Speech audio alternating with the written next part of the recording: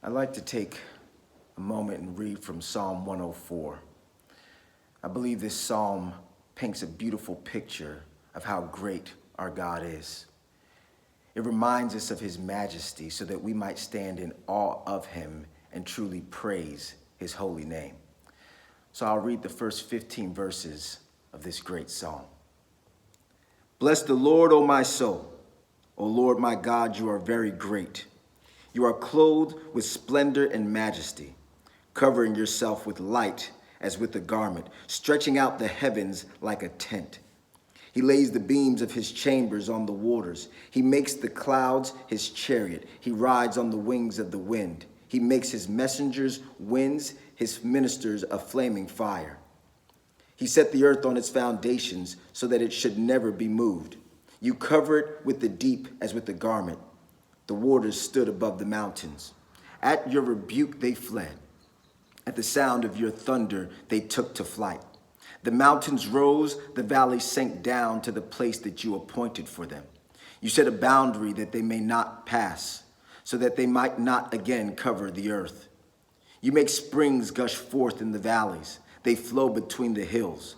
They give drink to every beast of the field. The wild donkeys quench their thirst. Beside them the birds of the heavens dwell. They sing among the branches. From your lofty abode you water the mountains. The earth is satisfied with the fruit of your work.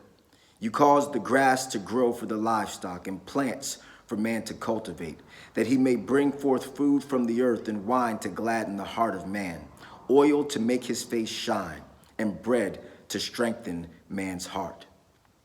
In just these few verses, we see that our God is majestic. He's great and mighty, and none can compare to him. It's really hard, actually, it's impossible to truly wrap our mind around, truly picture, and come to appreciate the majesty of our God. But I believe that it's an exercise worth dabbling in so that we can stand in awe of just how great and mighty and majestic our God is. The verse says that the Lord stretches out the heavens like a tent. So I present a challenge to us all. Make your bed. I know for some of you, you probably just cringed thinking I haven't made my bed since I left home. But I think it's a good exercise to just lay out your sheet, cover the bed with the blanket. And while you're doing that, to just think that the Lord laid out the heavens like a tent. So like you spread out that sheet, the Lord covered the earth. And in that grand scale, I mean, it takes just maybe a few moments to make the bed. It's not really that hard, so I don't know why we don't do it more often. But if you can imagine God just laying out the heavens like you lay out a sheet and just then look up at the sky and stand in awe that God in just one felt swoop could make the heavens even quicker than you can make your bed. The psalmist also says that the Lord set the earth on its foundations so that it should never be moved. If you are a young family or if you're single, say maybe you could find some toothpicks or some playing cards or some popsicle sticks and just build a structure and see how sturdy you can make it. And then see how quickly it comes tumbling down, or see if you can make it stand up longer than somebody else, if blowing on it makes it fall, or if shaking the surface makes it fall, or if it takes something a little bit more. But in doing that exercise, we would see no matter how strong we build it or how stable we try to make it, that anything at some point, something could make it fall.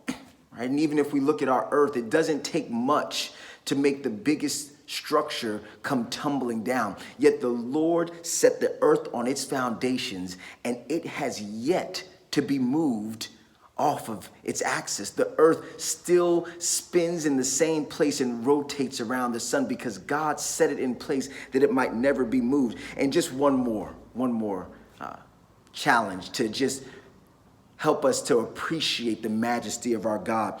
The psalmist says that the Lord covered the earth with water as with a garment.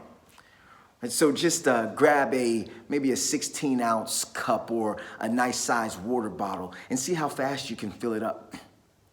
and count a few seconds, maybe it'll take you.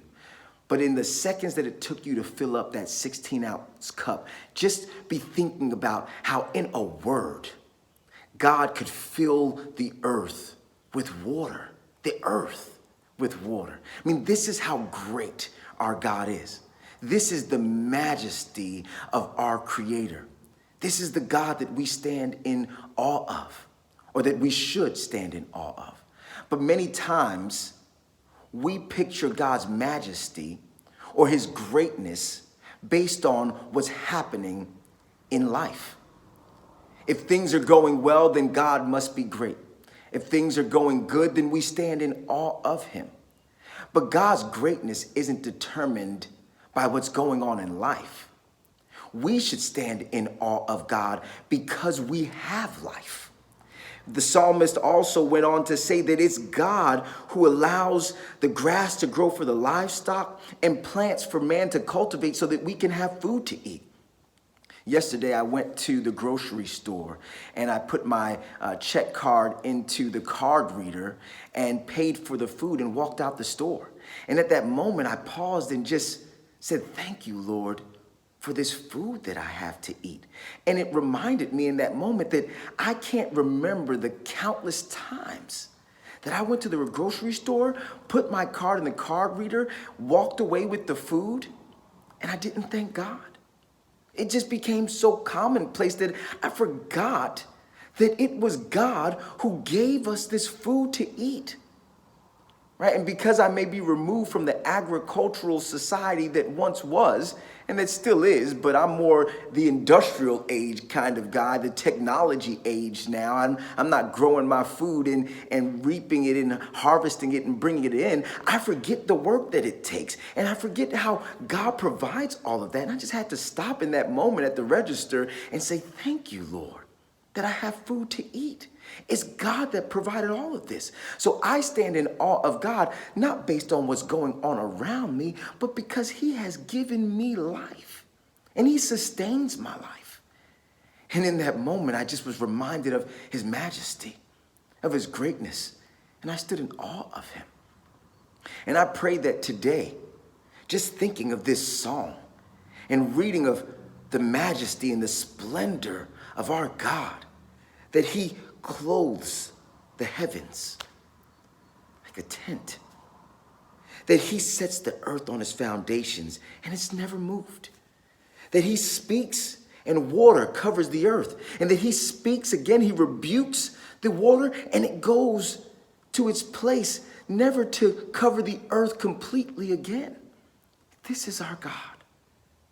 He's majestic, he's great, he's mighty, and no matter what's going on, he's worthy to be praised. So people of God, like this psalmist does, I encourage us to do the same. Bless the Lord, O my soul, because the Lord, my God, is very great, and he's greatly to be praised. I'm praying for you, and I'm trusting that God will encourage your heart on this day, and that you would bless the Lord with all your soul, because your God is very great.